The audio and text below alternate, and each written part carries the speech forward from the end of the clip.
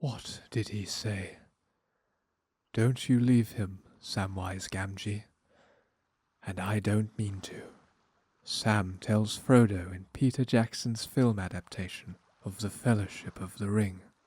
And what did our mysterious wizard friend have to say? Frodo inquired, his interest piqued. Sam raised his eyes, meeting Frodo's gaze with unexpected intensity. Stay with your master, Samwise Gamgee. That's what he told me. He drew a deep breath. And I fully intend to, Mr. Frodo. The same sequence but from Ian Chesterfield's novelization, itself adapted from Jackson's film. In this exchange, we encounter another telling example of how film and prose approach emotion, character, and pacing differently. The film version is simple and direct. The exchange happens quickly, carried by tone and glance.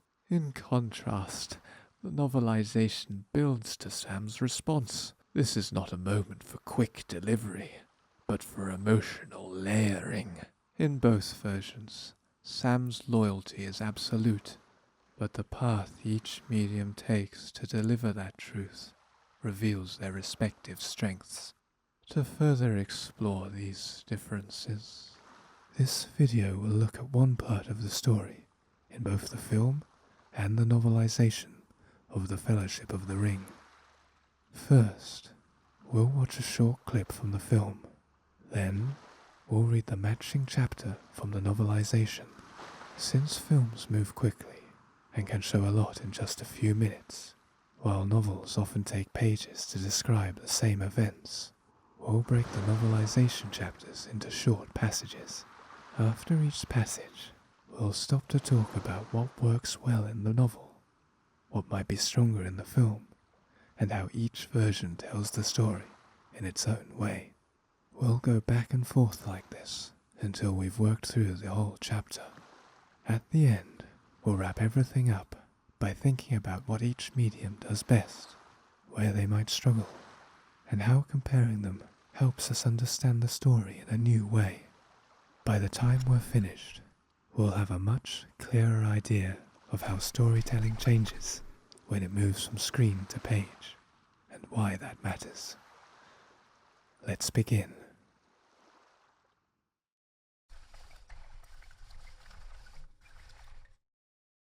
Mr. Frodo?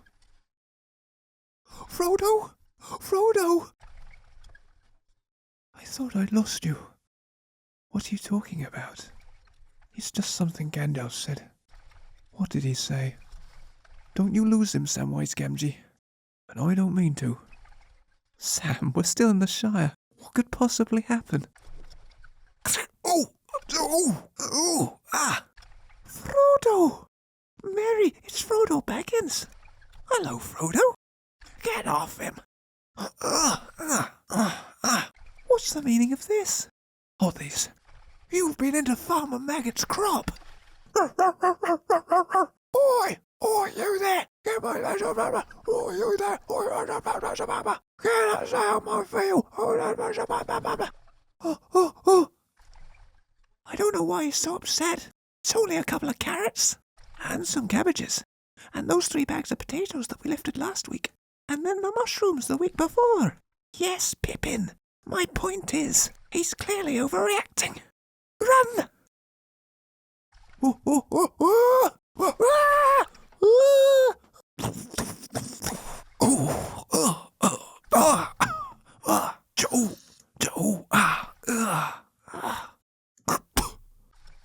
That was close.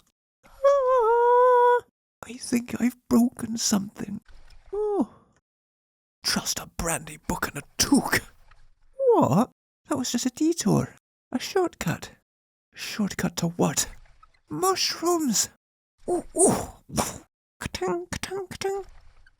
Mushrooms.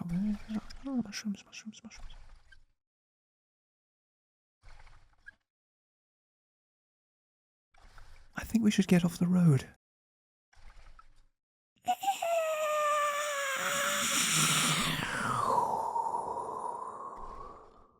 Get off the road! Quick!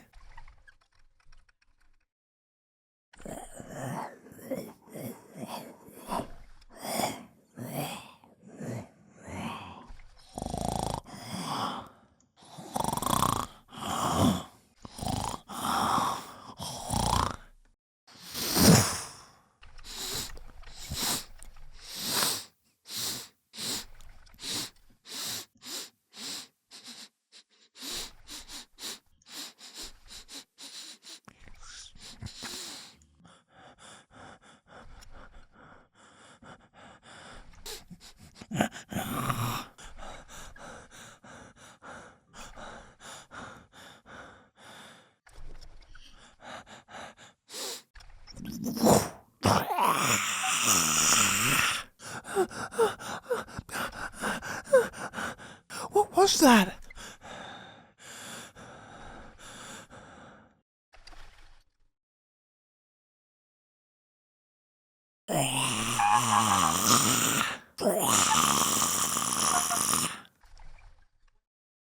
Anything? Nothing. What is going on?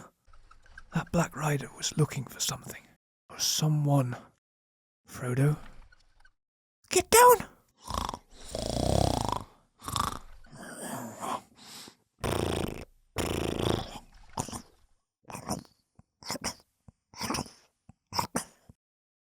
I have to leave the Shire. Sam and I must get to Bree. Right. Buckleberry Ferry. Follow me.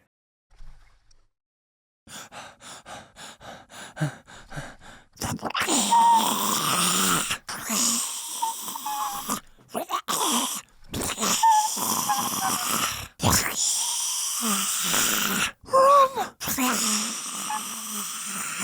This way! Follow me! Follow me! Run! Come on! Get the rope, Sam! Frodo! Run, Frodo! Frodo! No! Frodo! Come on! Come on! Frodo!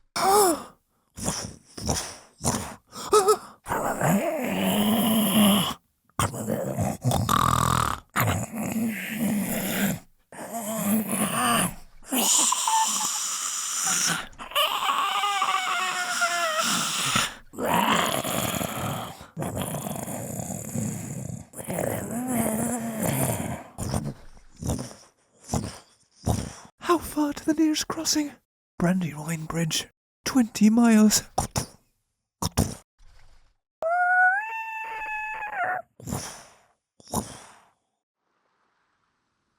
Next, we'll read the first passage from the chapter of the novelization, and then compare and analyze the differences. The golden stalks of corn towered above Samwise Gamgee as he trudged along the narrow path, his mind wandering to thoughts of the green dragon and Rosie smiling at him from behind the bar. The afternoon sun cast long shadows through Farmer Maggot's fields, and the gentle rustling of the cornstalks in the breeze had lulled Sam into a pleasant daydream. It wasn't until he'd walked several more paces that he realized the soft footfalls that had been accompanying his own had ceased. Sam spun around, his heart suddenly quickening. The path behind him was empty. "Mr. Frodo?"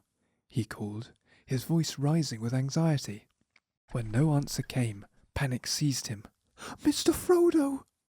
A moment later, Frodo Baggins stepped out from around a bend in the path ahead, his dark curls catching the sunlight. His expression was one of bemused surprise at Sam's evident distress. "I thought I'd lost you," Sam admitted, relief washing over his round face. Frodo regarded his gardener with curiosity, noting the unusual worry in Sam's eyes. "What's troubling you, Sam?" he asked, tilting his head slightly. Sam dropped his gaze to the dirt path, suddenly embarrassed by his outburst. "It's just something Mr. Gandalf mentioned before he left," he mumbled, scuffing his large hairy foot against the ground. "And what did our mysterious wizard friend have to say?" Frodo inquired, his interest piqued. Sam raised his eyes, meeting Frodo's gaze with unexpected intensity. "Stay with your master, Samwise Gamgee. That's what he told me." He drew a deep breath. "And I fully intend to, Mr. Frodo." A smile spread across Frodo's face, and he let out a light laugh that danced on the afternoon air. "Oh, Sam, we're still in the heart of the Shire. What could possibly happen in these peaceful lands?" The universe, it seemed, had been waiting for precisely that question. No sooner had the words left Frodo's mouth than a blur of motion burst through the hedgerows beside them.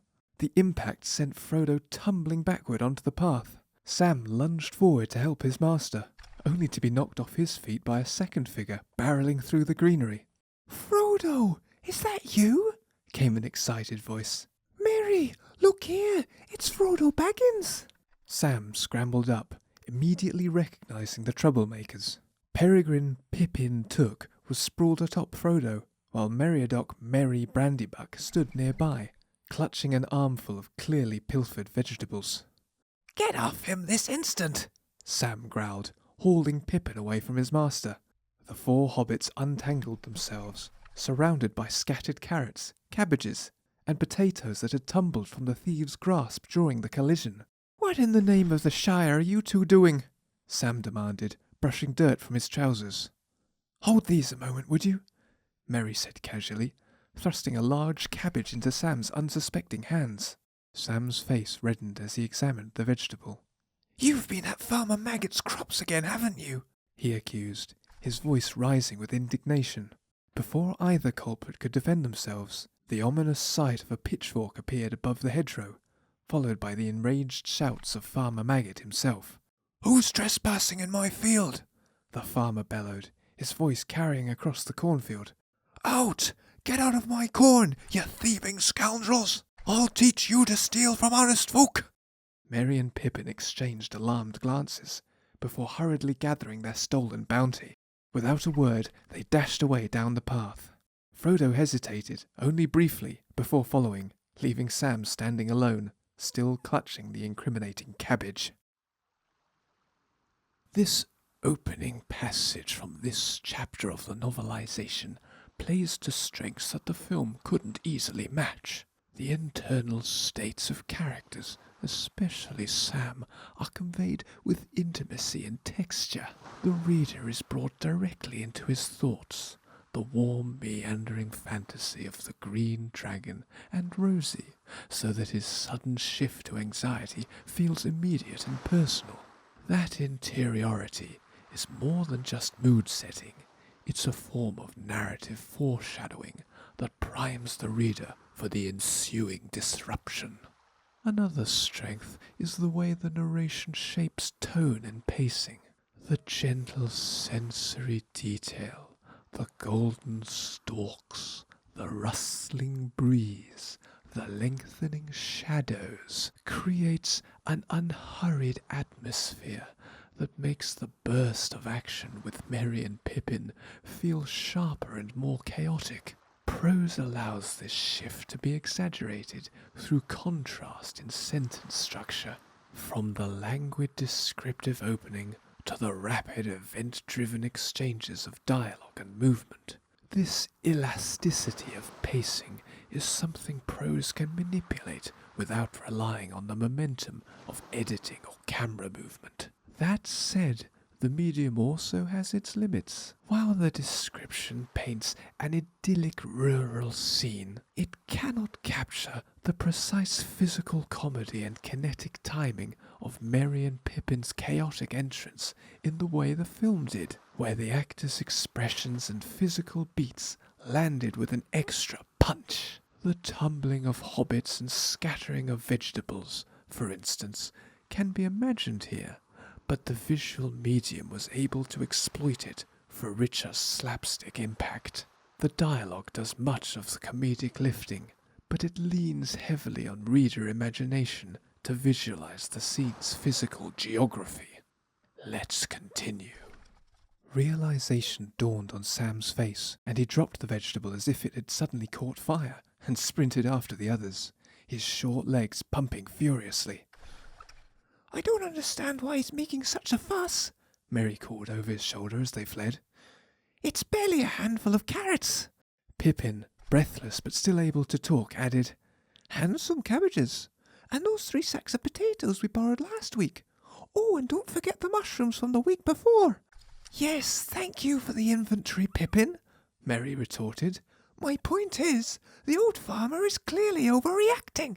The deep, menacing baying of dogs cut through the air. Run! Merry shouted, newfound urgency in his voice. The four hobbits raced through the cornfield until they reached its edge, where they discovered a steep drop before them. Merry and Pippin skidded to a halt at the precipice, momentarily unsure of their next move. Frodo, unable to stop in time, collided with them from behind. They teetered precariously at the edge, somehow maintaining their balance, until Sam barreled into them. The impact sent all four hobbits tumbling head over heels down the embankment. They rolled and bounced, finally coming to rest in an undignified heap on a dirt road that cut through the forest below. Pippin found himself face to face with a fresh pile of horse droppings, his nose mere inches from the malodorous heap. "That," he gasped, "was far too close for comfort." Frodo quickly regained his feet, his gaze darting around the wooded area as he brushed leaves and dirt from his clothes. Merry let out a pained groan. "I think I've broken something." He reached into his back pocket and withdrew a large carrot, nearly snapped in two. "Oh," he said with genuine disappointment. "What a waste of a perfectly good vegetable." Sam rose to his feet, his patience exhausted. "Trust a brandy book and a toque to lead us into trouble," he muttered, plucking twigs from his curly hair. "This is why decent folk avoid adventures." "Adventures?" Merry protested. "This isn't an adventure. It's just a small detour. A shortcut, if you will." "Shortcut to what exactly?" Sam challenged, his hands on his hips. "More thievery and mischief?" But Pippin had already moved on from the conversation. His keen eyes had spotted something in the undergrowth, across the road. This passage leans much further into the physical comedy and rapid-fire banter, and in doing so it shows both the versatility and the constraints of prose. Where the previous excerpt balanced interior reflection, here the writing focuses on momentum, shorter sentences, more dialogue, and a near cinematic sequence of pratfalls. The comedic timing works because the narration interlaces quick exchanges with slapstick beats. The hobbits teetering at the edge, Sam barreling into them, the heap at the bottom, and Pippin's narrowly avoided face-first encounter with horse droppings. In prose, this kind of humour depends on sentence rhythm and sequencing. Those tumbling clauses and brief punchline lines mimic the pace of a visual gag. Still, a novel cannot quite reproduce the instantaneous physical clarity of a filmed stunt. Readers are told about the pile-up, the rolling, the heap, but the mental image varies from person to person. The film milked the same moment with various camera angles and reaction shots for extra humour, whereas here the effect relies on the reader's own comedic imagination. The carrot gag is another example. The joke lands because of timing in the text, but the actor's expression and the visual reveal of the broken vegetable in the film made it even sharper.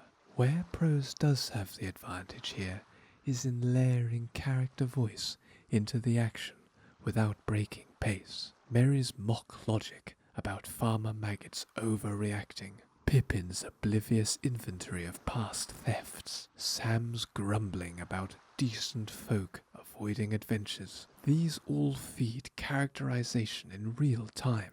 The film attempted to convey that tone through the actor's performance, but the written dialogue is already charged with each hobbit's distinct personality. Let's continue. "Mushrooms!" he exclaimed with childlike delight, pointing to a cluster of small brown fungi growing amid the loamy soil beneath the trees. Sam's irritation vanished instantly. He, Merry and Pippin scrambled towards the mushrooms, their recent misadventure forgotten in the excitement of this new discovery. Frodo alone remained where he stood, his body suddenly tense.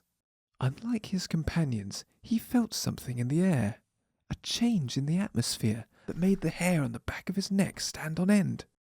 The forest had grown unnaturally quiet. As he watched, scattered leaves began to rise from the ground. swirling in the air as if stirred by an invisible hand. "That one's mine," Pippin declared, reaching for a particularly plump mushroom. These look delicious," Merry said, already imagining how they would taste roasted over a fire. "Here's a fine specimen for you, Sam," Merry offered, holding out a perfect mushroom to his friend. Then came a sound that chilled Frodo's blood, the distant but unmistakable rhythm of approaching hoofbeats. A moment later, a haunting wail drifted on the breeze, a sound so filled with malice and loneliness that it seemed to drain the warmth from the afternoon. "I think we should leave the road," Frodo said quietly, his eyes fixed on the bend ahead. When his friends continued their mushroom gathering, oblivious to the danger, Frodo's voice took on a desperate edge. "Get off the road, now!" Something in his tone finally reached them. Sam grabbed Merry and Pippin by their collars, and the four hobbits scrambled down the embankment, squeezing beneath a massive moss-covered log that lay parallel to the road. The hoofbeats grew louder, then slowed to a walk. A shadow fell across the ground near their hiding place, as a mounted figure stopped directly beside the log. Even without seeing it clearly, Frodo could sense the malevolence emanating from whatever it was. This passage shifts sharply back toward the atmospheric and suspense-driven strengths of prose, and it does so with notable effectiveness. The earlier comedic energy vanishes, replaced by a mood that builds in stages. The childlike glee over mushrooms gives way to an almost imperceptible tonal change that only Frodo notices. The narration uses contrast to make that change palpable. Sam's irritation dissolves. Merry and Pippin chatter happily, and then the forest itself turns silent. That juxtaposition works particularly well in writing because the reader experiences the same delayed recognition as the characters.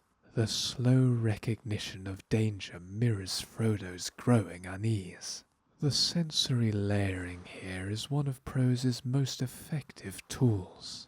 The, quote, loamy soil, unnaturally quiet forest, scattered leaves rising as if by an invisible wind.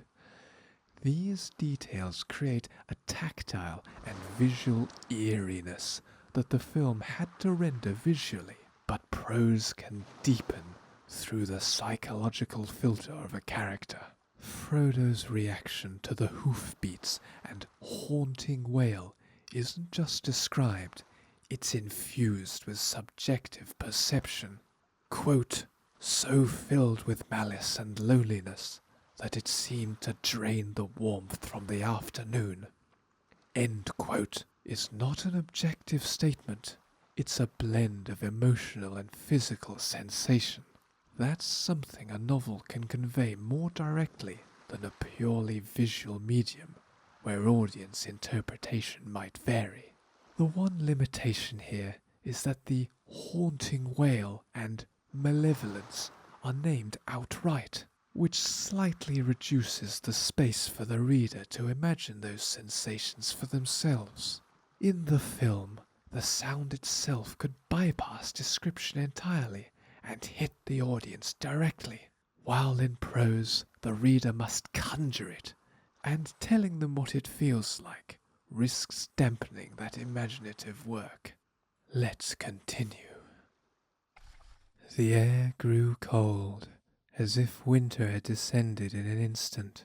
The figure sat motionless upon a massive black horse, whose nostrils flared as it snorted and pawed at the ground, with hooves the size of dinner plates. The rider was cloaked entirely in black, its face hidden within the depths of a hood. No features were visible in that darkness, no eyes, no mouth, nothing to suggest the figure was even human.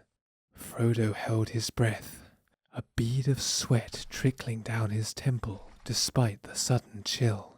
The black rider slowly dismounted, each movement deliberate and unnatural. It leaned over their hiding place, and though Frodo could see no eyes, he knew with absolute certainty that it was searching for something. For him. A terrible sensation began to build within Frodo's chest, a compulsion unlike anything he had ever felt before. His hand moved of its own accord, slipping into his pocket, where it closed around the small gold ring that Bilbo had left him. As his fingers touched the metal, visions flashed before his eyes. A great tower of black stone, a vast wasteland of ash and fire, and at the centre of it all, a massive lidless eye wreathed in flame, searching, always searching. Frodo's breath came in short gasps. His face contorted with the effort of some inner struggle. The rider above them began to sniff the air like a predatory animal catching a scent, its hooded head moving from side to side in sharp bird-like motions. "Frodo?" Sam whispered, his concern evident as he watched his master's distress. In a moment of desperate inspiration, Merry reached into his pocket and withdrew the handful of mushrooms he'd collected. With a mighty throw, he sent them sailing through the air to land with a soft thud in the undergrowth on the far side of the road. The effect was immediate. The black rider whirled toward the sound with frightening speed, moving in a blur that defied natural law. As the dark figure darted across the road, the hobbits seized their chance, scrambling from beneath the log and running in the opposite direction, deeper into the forest. They didn't stop until they had put considerable distance between themselves and the road. Only then did they pause, dropping behind the shelter of a large fallen tree, their chests heaving with exertion and fear. Frodo collapsed against the trunk, his strength suddenly deserting him. It felt as if a connection had been severed, releasing him from some terrible grip. He looked down to find the ring resting in his palm, though he had no memory of removing it from his pocket. "What in the name of all that's green was that thing?" Merry asked, his usual jovial demeanour replaced by genuine fear. Frodo could only stare at the small golden band in his hand, a look of profound shock etched upon his face. In that moment, he understood with terrible clarity that his journey had only just begun, and that the peaceful Shire might never feel quite so safe again.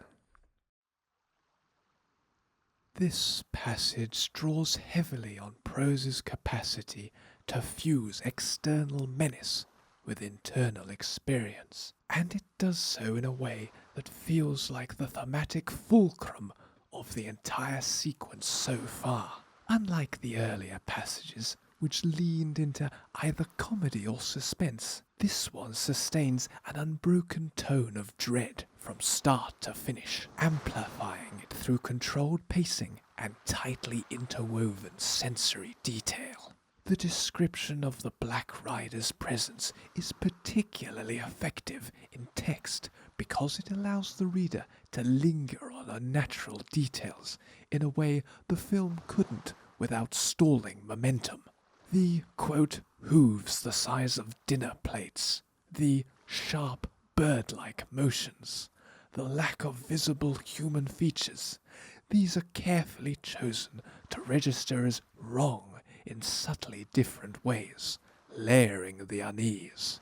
In the visual medium, these things were shown in an instant, but here they're delivered sequentially, each image compounding the dread in the reader's mind. One of the few trade-offs, however, is that because the text explicitly names Frodo's, quote, terrible clarity and profound shock, it slightly narrows the interpretive space for the reader. In the film, Elijah Wood's silent reaction let the audience project their own reading of his feelings, and the moment might have felt more enigmatic. In prose, stating the emotional state so directly clarifies the theme, but at the cost of some lingering mystery. Let's continue. The four hobbits pressed deeper into the woodland, their feet slipping on the damp earth as evening mist began to rise around the ancient trees. The forest floor was treacherous with fallen leaves turned to slick mulch by recent rains. They moved as quietly as their hurried pace would allow, each shadow among the trees now a potential threat. "Do you see anything?" Pippin whispered, his voice barely audible above their laboured breathing. His youthful face, hugely bright with mischief, was now pale with fear. Frodo paused, scanning the darkening woods around them. "Nothing yet," he murmured, though the absence of their pursuer brought him little comfort. The sensation of being hunted had not diminished. "Would someone please explain what's happening?" Pippin pleaded, bewilderment mixing with his fear. The day had transformed from a simple vegetable pilfering expedition into something far more sinister, and he found himself woefully unprepared. Merry moved closer to Frodo, his expression unusually grave. The Brandybuck family had always been considered peculiar by Shire standards, living near the old forest, and knowing more of the outside world than most hobbits deemed proper. That knowledge now sharpened Merry's gaze as he studied his cousin's face. "That rider in black," he said quietly. "It wasn't just passing through. It was searching for something." His eyes fell to Frodo's clenched fist, then rose again to meet his cousin's troubled gaze. "Or someone. What have you gotten yourself into, Frodo?" Before Frodo could formulate a response, Sam hissed urgently, "Down! Everyone down!" The hobbits dropped instantly to the sodden ground, pressing themselves into the undergrowth. Through a gap in the trees, silhouetted against the twilight sky, loomed the unmistakable shape of another black rider. It sat motionless upon its massive steed, as if tasting the air. The hobbits lay frozen, scarcely daring to breathe, until at last the sinister figure turned and melted away into the gathering darkness.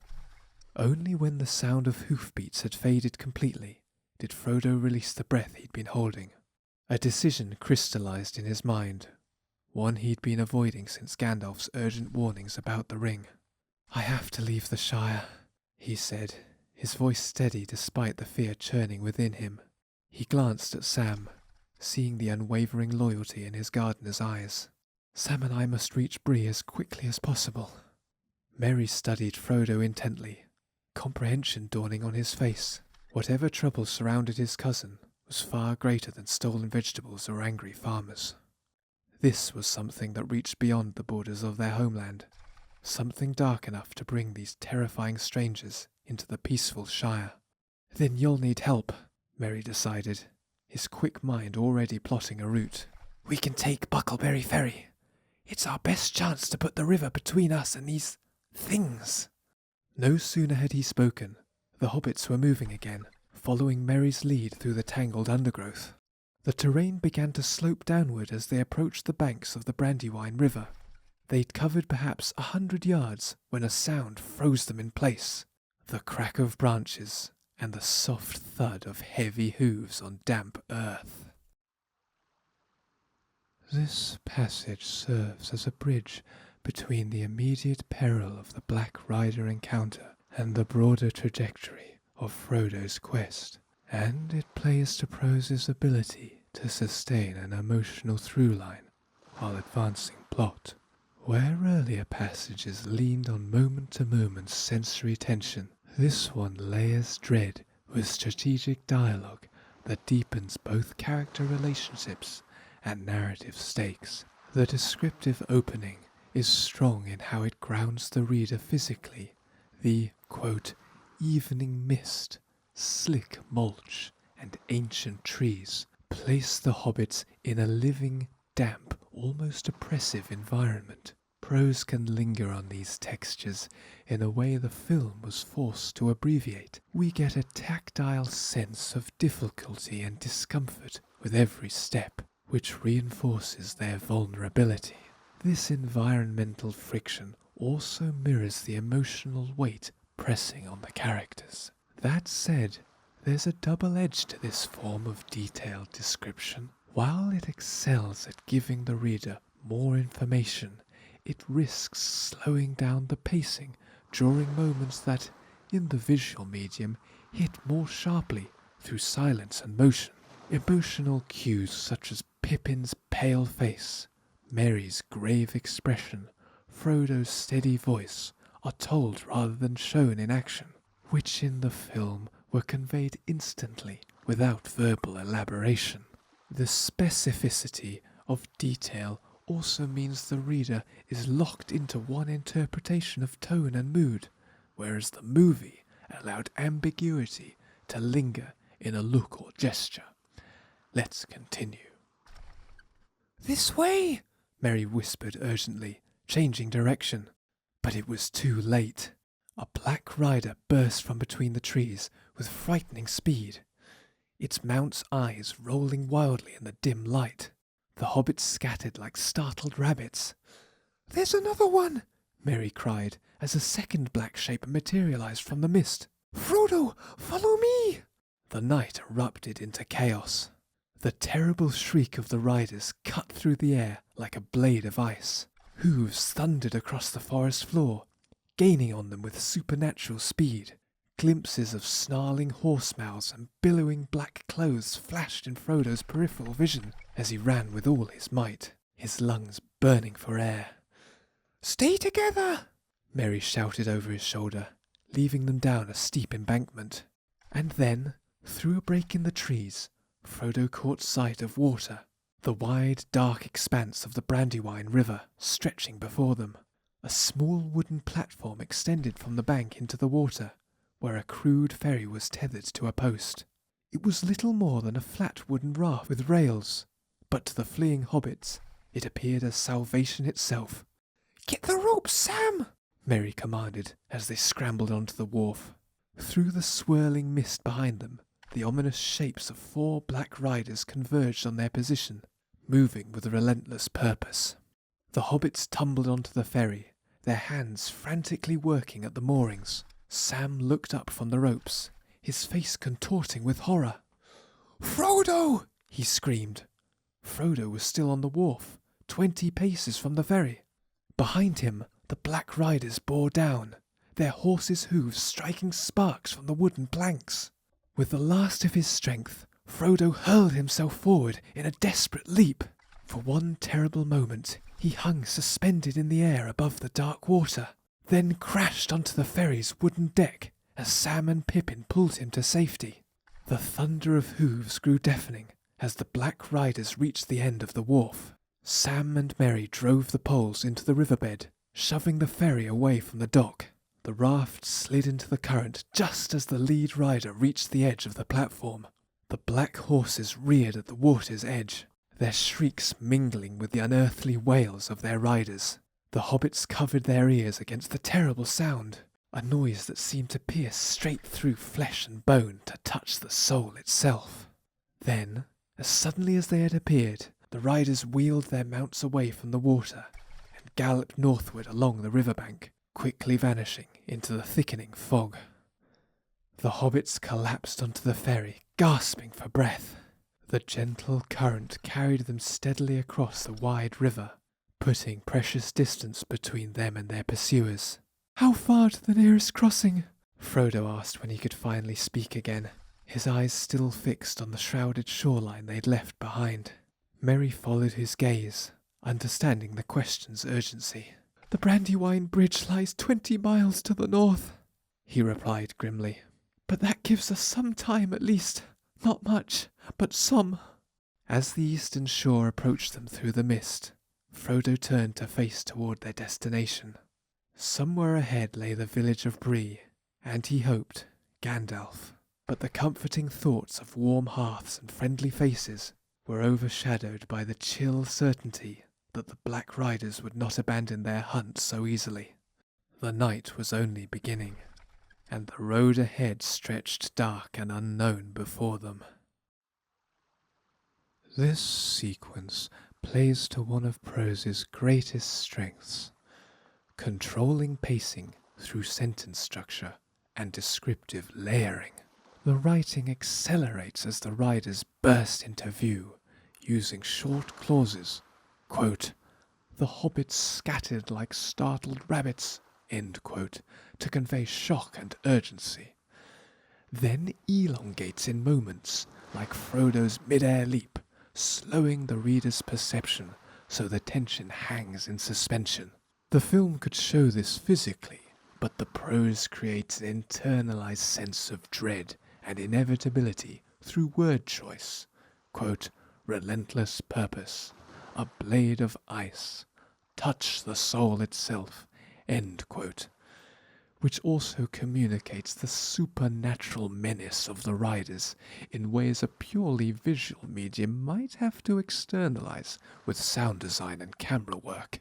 There's also a cinematic vividness in the imagery, flashes of horse mouths, mist curling around the ferry, sparks flying from hooves, that makes it easy to visualize. But the prose allows each of these moments to occupy a discrete mental frame.